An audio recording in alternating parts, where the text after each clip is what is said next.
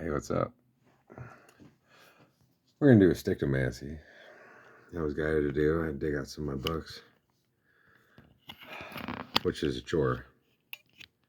Fucking everything's a chore. When everything's in boxes.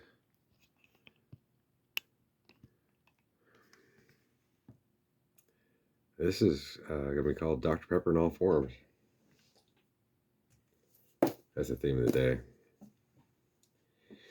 The first book we're given here is a Father's Book of Wisdom. Let's see.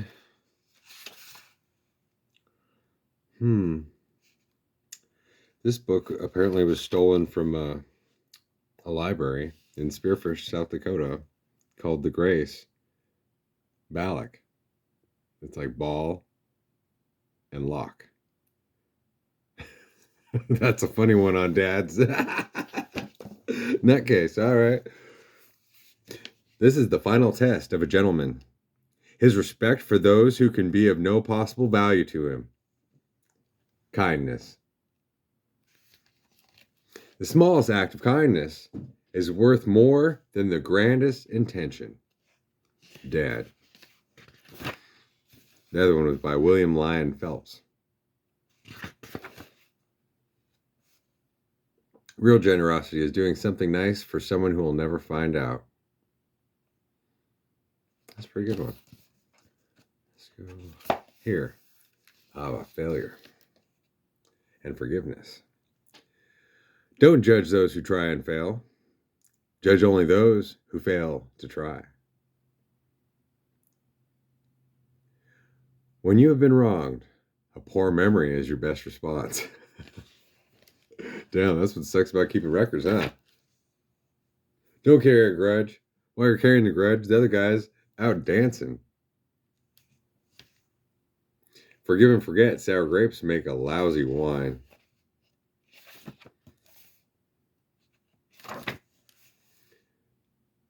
Problems are opportunities in work clothes. In the middle of difficulty lies opportunity. Einstein. What you see is what you get, except in prepackaged strawberries. The display of status symbols is usually a result of low self-esteem. The self-confident person can afford to project a modest image. Two more here. These are about success. Failure is success if we learn from it. Success is measured by how far you've come with the talents you've been given. Page 123. I wonder if it's 151. Let's check.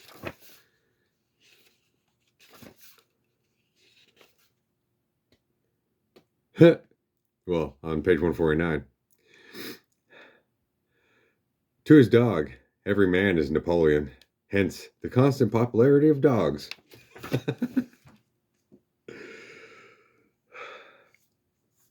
(151) Observations. The greatest ignorance is to reject something you know nothing about. I like that.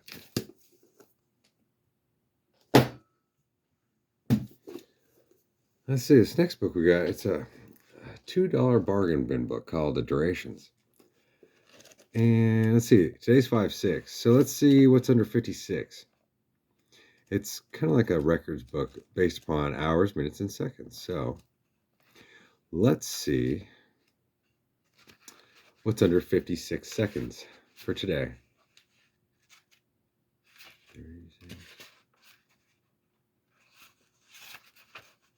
Well, since I'm here, what's under 51 seconds? 51 seconds. 51.42 seconds. The swordfish or broadbill to swim a mile. It's pretty cool. All right, 56. There's no 56. Damn. Okay. What about page 56? Well, we gotta hit page 51. You know that OCD. 13 minutes is on is the title of page 51. Male song sparrows to cease singing after sunset is 13 to 14 minutes. After sunset, they stop singing.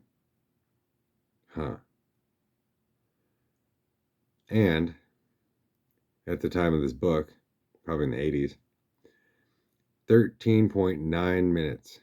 The number of deaths, 13.9 M. Yeah, minutes. But then it says, number of deaths due to diabetes in the United States to increase by 1. So every 14 minutes, somebody dies from something tied to diabetes. Too much sugar.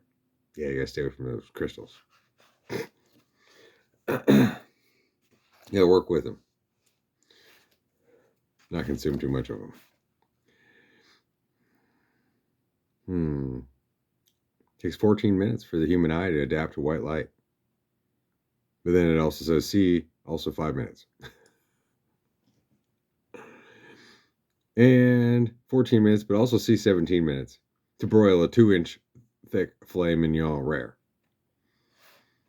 It all depends. That's the thing about details.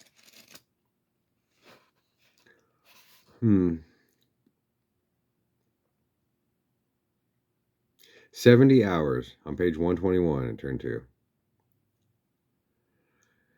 That's how long it takes. Well, 61 to 69 hours it takes the satellite Dione to make one revolution around Saturn. It's just about 2 days, 3 days. That's a pretty big goddamn planet. It takes our moon a whole month.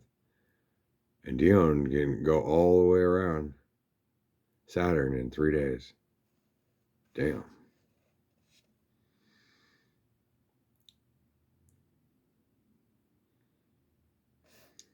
But 70 hours, the work week of a man with 7 children, including a full-time employment, household tasks, and the child care, according to the study at New York State College of Human Ecology, Cornell University.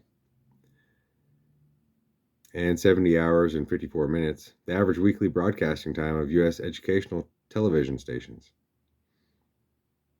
in 1973. This book's probably from the 70s. 3 days. God to deliver the 10 Commandments to Moses on Mount Sinai, Exodus 20:11.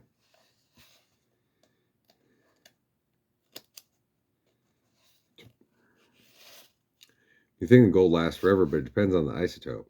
Because apparently, it's 64 hours, 12 minutes, and 36 seconds. Exactly.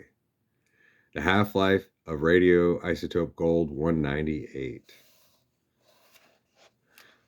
Oh, yeah. Let's look up this one. 200.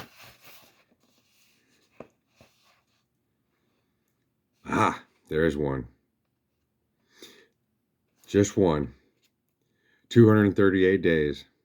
The growing season in Charlotte, North Carolina, and Norfolk, Virginia. Hey, that's Jarhead country. Marines. I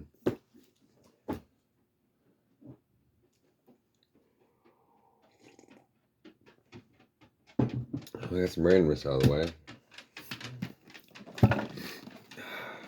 What do we got here? Holy cow. That's too much. There aren't even breaks in any lines in that book.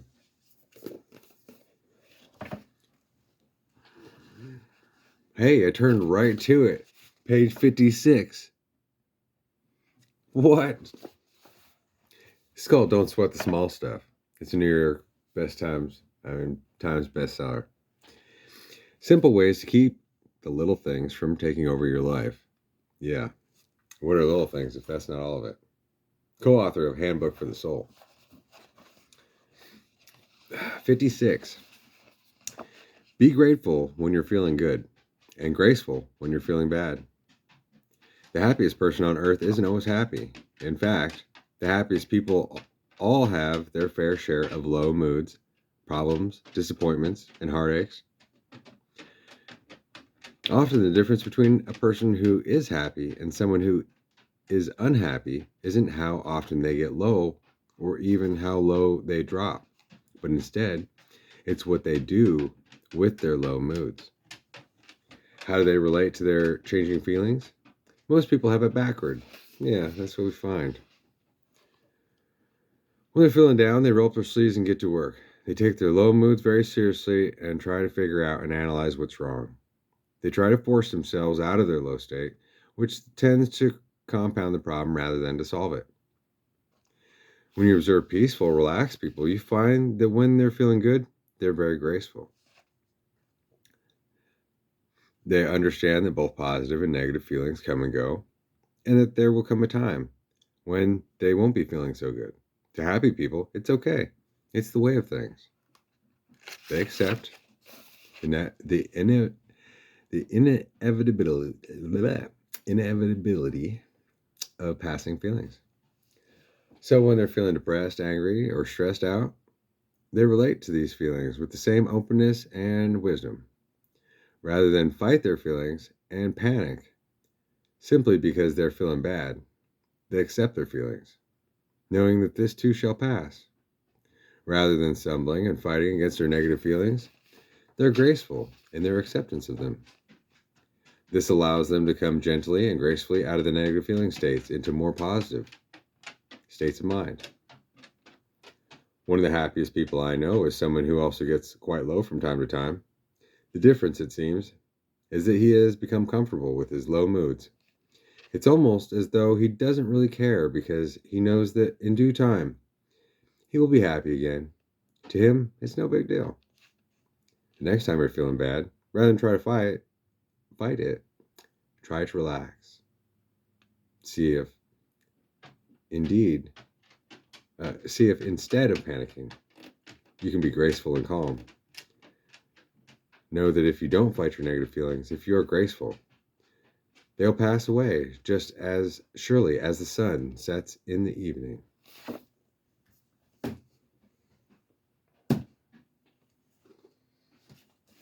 Oh, why not? Hmm.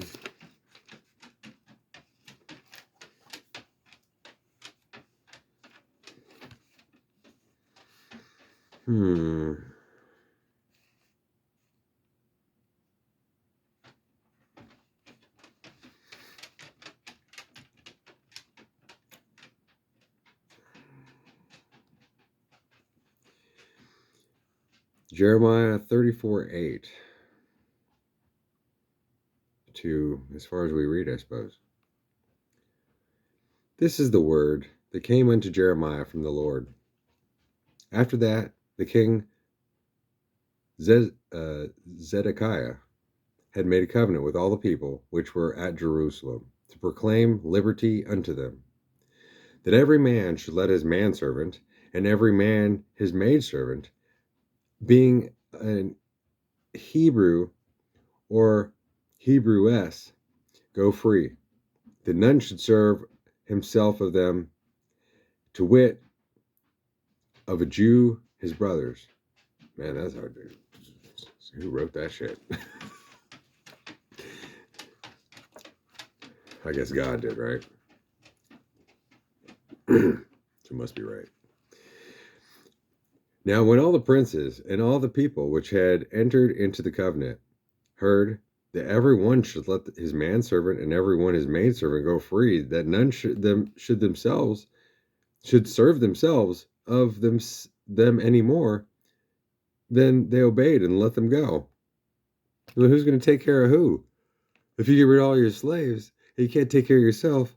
Fuck. I guess we live in America, huh?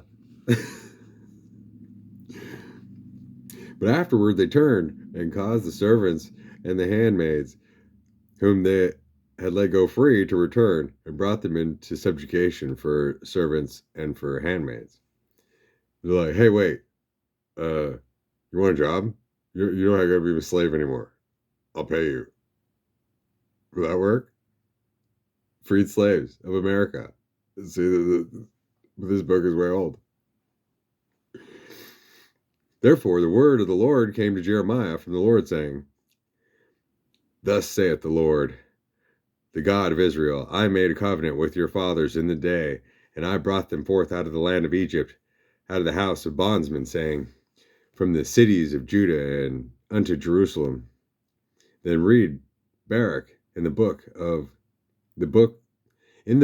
the words of Jeremiah in the house of the Lord, in the chamber of Gematria, the son of Shaphan the scribe, in the higher court, in the entry of the new gate of the Lord's house, in the ears of all the people. Gematria.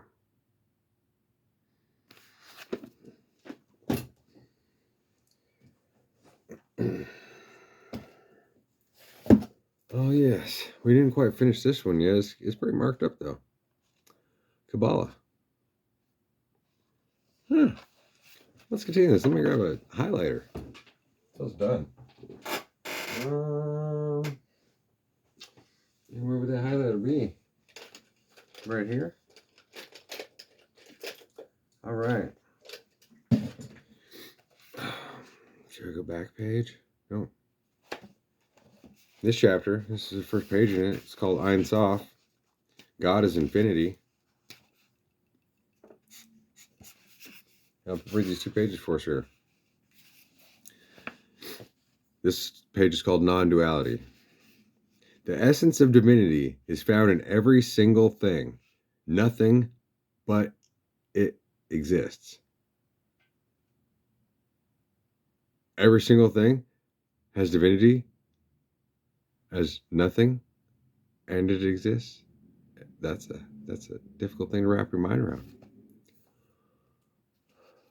That's why we must respect all things. And if we're going to beat anybody up, we got to beat the shit out of our own self. On ourselves. We can't put that on any other person. Even if that person had to carry all the self apart from the selves. It's too much. Since it causes everything to be, no thing can live by anything else. It enlivens them. Its existence exists in each existent. Do not attribute duality to God. Let God be solely God. If you suppose Ein Sof emanates until a certain point, and that from that point on is outside of it, you've dualized. God forbid. Realize rather that Ein Sof exists in each existent. Do not say, this is a stone and not God. God forbid. It's all God. God damn it. If God was a thing, God would be a string that would run through everything. All times and all places. And so who the fuck is arguing? What are they arguing about? It must be about the mind. But I thought God was the mind and Jesus was the mind spirit. And the only people that got there had to be really fucked up to get there. And then they got outcasted by everybody who were the lambs going to the slaughter every week. And then coming out whole with their families.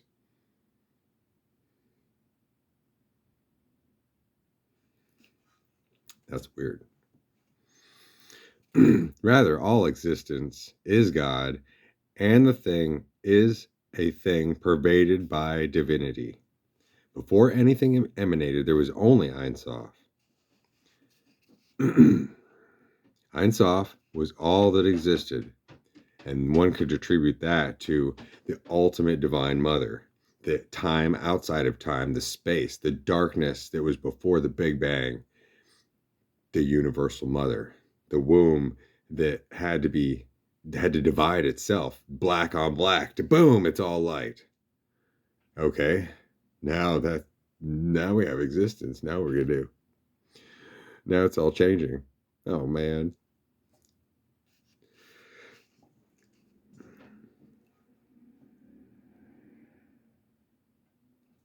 Similarly, after it brought into being that which exists, there's nothing but it.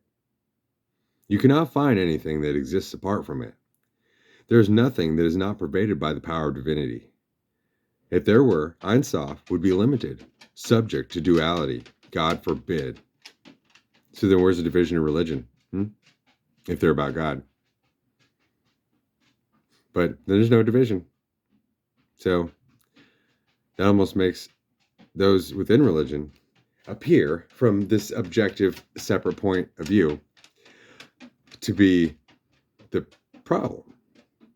But holding on to the solution apart from the solution, and in a solution being dissolved, but holding up as blocks that need all the chunks of other blocks of other people to gather to block a block, and to then to go free from it while still holding it apart from it, and then to have a discourse of disagreement between the aspects of God, whether God's a blue guy or a green guy, or whether he's a guy at all, or whether he wears a turban or whether he wears sandals.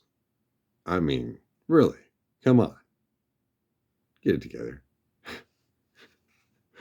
If God's in all things, then it's people's heads that's up their ass.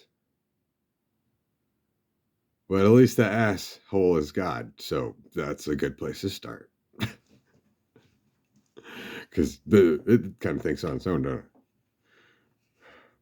I mean, even if you think you got it together, like, oops, I thought that was just a fart. Damn it. I guess you were changing my underwear.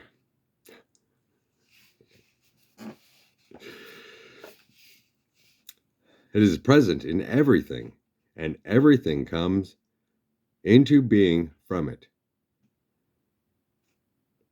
So then the only thing that's separate from God right there is people, in one way to see it. Because the mind is the thing of no thing. It's what doesn't exist. But how could it not exist if the mind was put together by all of the beings looking at themselves and each other and the ground and going, oh, there's a pattern here. Then that looks like, oh, these things make sense together. What is it trying to tell me? And how did I get to be me asking this question? Oh my God. There's a conspiracy going on here. The plants and animals are after us, but they all got here first and they already knew it all. God dang it. Do we destroy nature or do we imitate it? Wait, who's we?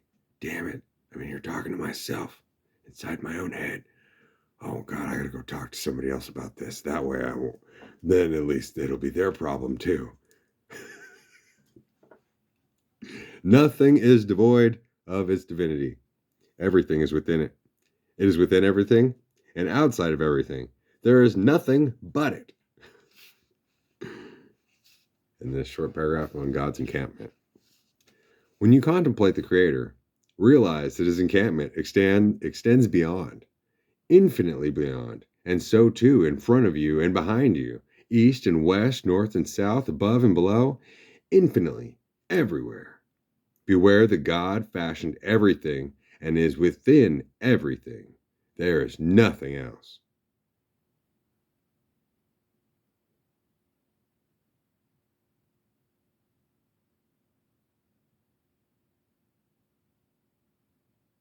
That's on page 25.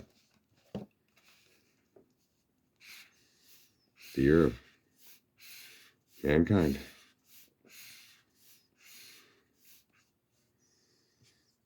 Trying to figure out how to be man. His divine feminine and kind. When every action and every word is almost an act of war in and of itself.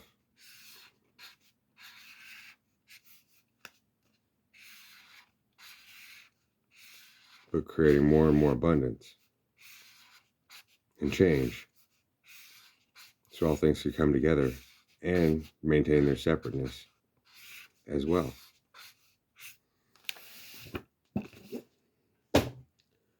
Okay. Let's see. We got a short excerpt in here.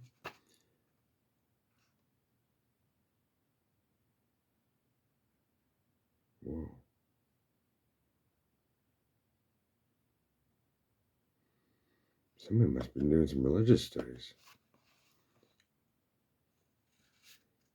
Somebody left a receipt in here, in this book. At the university store at 6612. That's a 66. 12 is a double six. Or it's 1212. 6 12. But then that's 24. Northwest 42nd Street in Bethany, Oklahoma. The phone number is 6366. What the fuck? We got, they bought Bassett, Great Holiness, Yoder. Oh, that's the author. So the book is by Bassett, Great Holiness. They bought a book by Yoder called Politics of Jesus. A book by Ladd called The Theology of the N.E. Theology of the something. A book by Gammy called Holiness in Israel. A book by Rotzel, Letters of Paul. A book by Witherin called Paul, Quest 1-9. Hey, Joshua 1-9 says, God will be with thou wherever thou goest. Well, that kind of just to kind of set everybody up right in that last passage. Who's Josh? Everybody's Josh. Surrounded by Josh. And his name was Jesus, and that's God, but flesh, spirit, mind, body, soul. Book by Putnam called Bowling Alone. No shit. Book by Brown called Asking the Right Question. Oh, yeah, that's this book. This is a book about asking the right questions and about debate. A book called by Seitz called Isaiah 1-39, International Version. Book by Limburg called Hosea Micah, International Version. And a book by Actemi called Nahum Malachi. $308.93. What? Holy, what the fuck is this? So I didn't buy this, right? I didn't buy this. The card number issued. You can't see it. Ending in 7700. Expiration date 501. My birthday. What the fuck? And receipt number, time checked out. Even has my old address in it. It's 10 a.m., 51 minutes, and 4 seconds. 514. On my birthday, the expiration of his card. How did this end up in my possession? I never seen it till just now. What?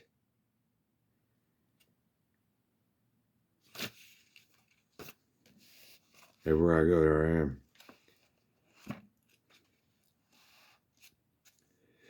I don't want to look in that book anymore. That was all I needed to see. And this was this was done in 2003. No, 2002.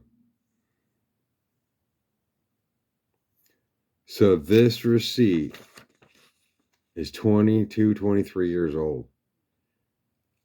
On my birthday is his card, 77, expiration on it, and it was bought at my last home address, 51 minutes. What? Okay, let's look in the Book of Five Rings. What we got here? Taking the advantage in combat. Let's see how we do that. Someone was getting stabbed by the dirt. This is in the Book of Water. Practice is the only way that you will ever come to understand the way of the warrior, what the way of the warrior is about. Constant striving for perfection of the self through a chosen art is the only path to enlightenment. according to Musashi. Words can only bring you to the foot of the path. And to attain mastery and perfection, you must constantly strive to better yourself through understanding of your chosen, the chosen way, of your chosen way. God can pick you, but you have to pick yourself and pick your own ass up too, along with everyone else. That's the complicated, simple truth of it. Because God's in all things. In each person, in each word, in each book, in each receipt, in each fucking thing that you pick up. All the time. There's no separation. And if there was, he'd be sitting here right now telling you.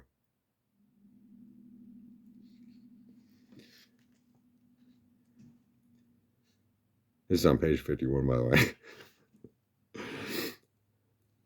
way. One attack only. Contemplate winning all your victories with only one strike.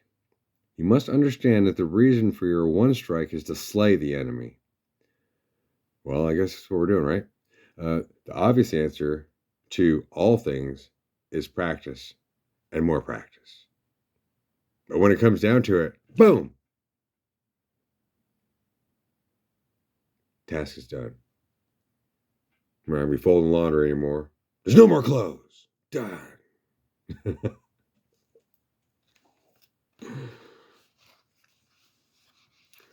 Let's go to the top of the page here and finish this page here. The idea of moving from one technique directly into the rest without hesitation. Practice correct breathing so you're able to maintain the stamina you need. By constantly moving around, you give them little choice in their space to fight, and they can be controlled or taken out in quick succession. Do not think of possible outcomes until you finish with your battle. To do so is foolish and takes your mind off the primary objective, which is to destroy the enemy. Think only of destroying the enemy, and the technique will flow of itself. Yeah.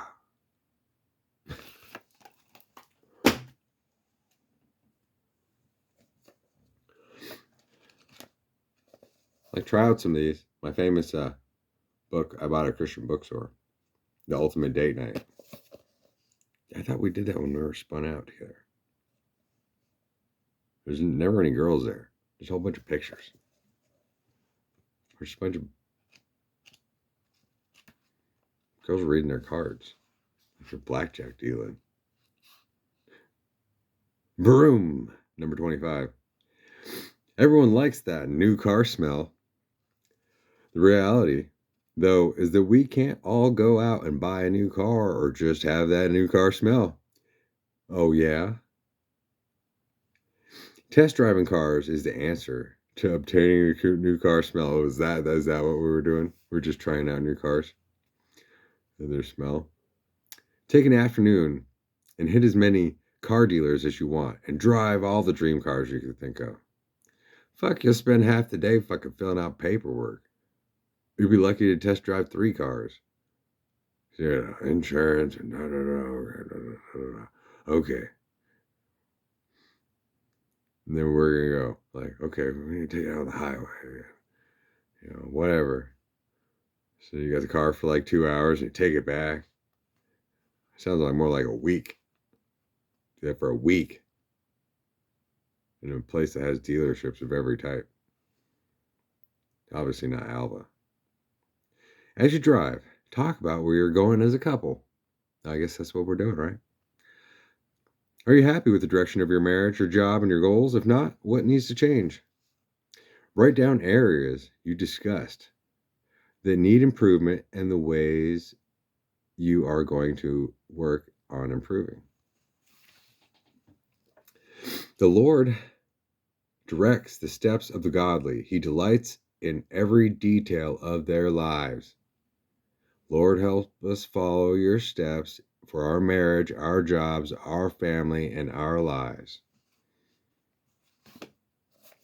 Beautiful. And let's just finish up with something on the Kama Sutra. Why not? Kama. Let's see what's on page 151. I've only read a couple snippets out of this book because, well, there's a lot of different ways to read a book, especially when you have such spiritual insight as the attainment of the unwritten word that I've been given.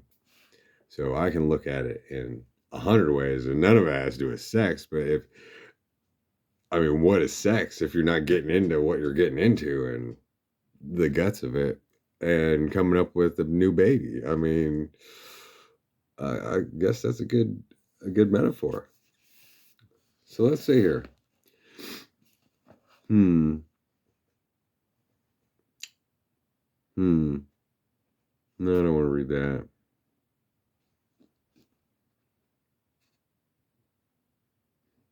Oh, this part's just about positions. But then here it says on the boy's shoulders.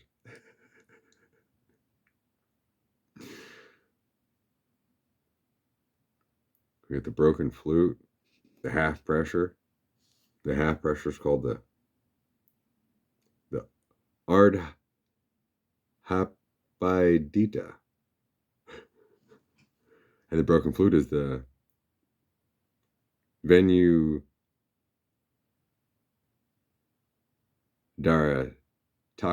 And we got the impalement, the Shule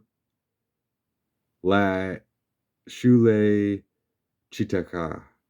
The Shule Chitaka. Taka. Shule Chitaka. 1 foot on the boy's head and extending the other. Notice impalement requires practice. Yeah, because when is a man's head not under her feet in the first place? You'll be able to split her in half and get to live to tell about it. But what's there to tell? Other than a smile on your face that everyone can tell. And the crab. No, I don't want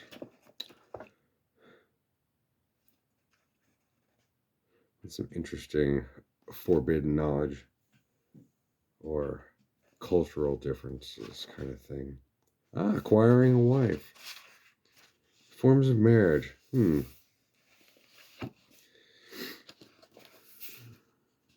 man who is trying to conquer a girl expert in 64 arts does not arrange a meeting without first getting information. Well, okay, we got that part down. It's called a Varana. Samvidhana. Or Hena. Samvidhana. Forms of marriage. We will describe the preparations for organizing a meeting with a view of obtaining the girl. There are 8 forms of marriage, which are Brahma, priestly, Prajapatya, royal, the Arsha, ancestral, the Davida, the astral, and Agata Davida. The Gandharva of the heavenly musicians. This is talking about the divine feminine, the spiritual of all beings, and how to consummate with oneself, above and below. In words, having everything and nothing to do with sex. About spiritual marriage and union with oneself. The Asuras, or of the genies, and the Paishecha of the incubus, and the Rakshasa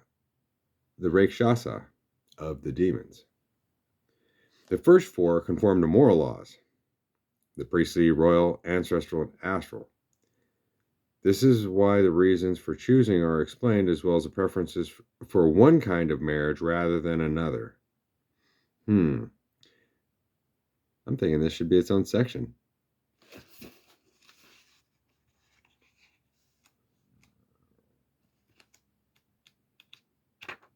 I believe I will be reading this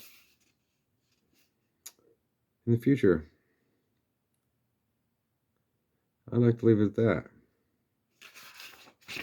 We're going to mark this and return back to it. Forms of marriage.